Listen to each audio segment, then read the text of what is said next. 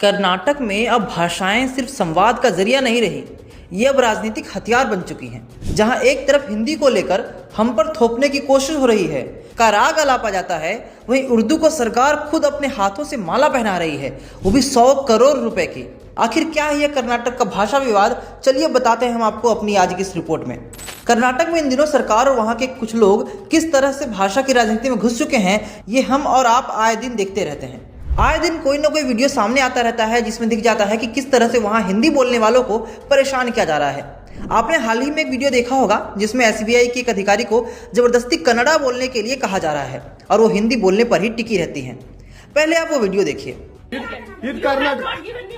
Karnataka madam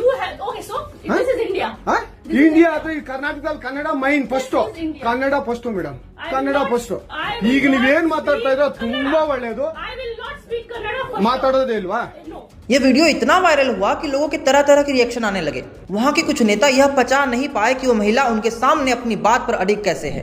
इसी बीच भाजपा के सांसद तेजस्वी सूर्या ने भी एक ट्वीट उस महिला के खिलाफ कर दिया और कह दिया कि ऐसा रवैया कर्नाटक में नहीं चलेगा।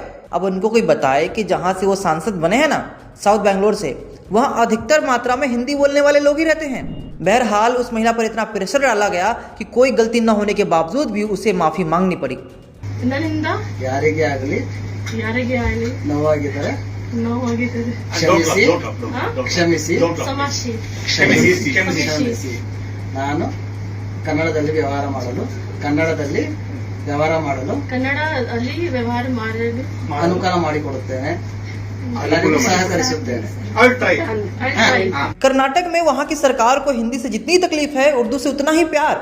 जी हाँ, 2025-26 के बजट में कर्नाटक सरकार ने उर्दू स्कूलों के विकास के लिए 100 करोड़ रुपए तय किए हैं और तुलु जैसी मूलभूत स्थानीय भाषा को एक फूटी कौड़ी तक नसीब नहीं हुआ। तुलु भाषा वालों की कोई भी बात सरकार को सुनाई ही नहीं देती शायद। बीजेपी का यह आरोप है कि कर्नाटक की सरकार वहां की मूलभूत भाषा कन्नड़ के विकास के लिए भी अपनी जेब ढीली नहीं करना चाहती। जरा ये भी देखिए, कन्नड़ को लेकर हर जगह नारे लगाए जाते हैं, सेव कन्नड़ा, लेकिन जब बात बजट की आती है तो सरकार कन्नड़ के विकास के लिए सिर्फ 32 करोड़ रुपए देकर अपनी जिम्मेदारी पूरी समझ लेती है और उधर उर्दू के लिए 100 करोड़ की रेवड़ी बट रही है।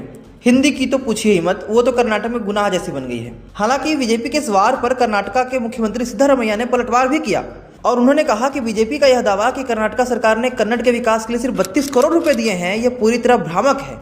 उन्होंने कहा 2025-26 के लिए सरकार ने प्राइमरी और सेकेंडरी एजुकेशन विभाग को 34,438 करोड़ रुपए आवंटित किए हैं।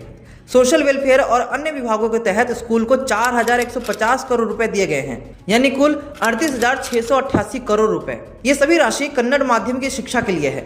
इसके अलावा सरकारी स्कूलों के रखरखाव और इंफ्रास्ट्रक्चर सुधार के लिए 999.3 करोड़ रुपए का बजट तय किया गया है। ऐसे में जब बीजेपी कहती है कि केवल 32 करोड़ रुपए कन्नड़ के लिए दिए जा रहे हैं, तो यह साफ तौर पर एक राजनीतिक झूठ है जिससे लोगों को गुमराह किया जा रहा है। हम आपको यह भी बता दें कि कर्नाटक विधानसभा ने 2025-26 के लिए कन्नड़ा और कल्चर डिपार्टमेंट के लिए 468.81 करोड़ का नेट एक्सपेंडिचर पास किया है। अब भले ही आपने ये कह दिया कि भाजपा का यह कहना कि कन्नड़ भाषा के लिए सिर्फ 32 करोड़ रुपए दिए गए गलत है, लेकिन इसमें भी तो दो राय नहीं कि आपको उर्दू से कितना प्रेम है और हिंदी से कितनी नफरत। हिंदी भाषा के विकास के लिए आपने फूटी कौड़ी तक नहीं दी। क्या आप अपने राज्य में रहने वाले हिंदी भाषियों को कुछ समझते ही नहीं या उनकी कोई कदर ही नहीं है? पिछले साल सितंबर में चिक्कमगलुरु जिले के एक वार्ड में आंगनवाड़ी शिक्षकों के लिए उर्दू जानना अनिवार्य कर दिया गया क्योंकि वहां मुस्लिम आबादी 30% से ज्यादा है, यानी भाषा योग्यता नहीं, जनसंख्या के प्रतिशत पर तय हो रही है। पूछिए मत तुलु, कोडावा, कोंकणी बोलने वालों से कि उन्हें यह सब कैसा लगता है। शायद सरकार उन्हें इनविजिबल मानती है, अदृश्य मानती है। हिंदी का विरोध करने वाले अब उर्दू के प्रचार प्रसार में तर्क नहीं देखते, लेकिन किसी ATM या रेलवे बोर्ड पर हिंदी में क्यों लिखा है पूछना नहीं भूलते। अजीब विरोध है, सेलेक्टिव और कन्वीनियंट। बजट के दस्तावेज हो या सरकार के फैसले, अब साफ है कि कर्नाटक में भाषा सिर्फ मातृभाषा नहीं रह गई बल्कि वोट बैंक लैंग्वेज बन गई है। और अगर आप हिंदी बोलते हैं तो कृपया धीरे बोलिए, यहाँ आपकी भाषा की आवाज़ सरकार को पसंद नहीं।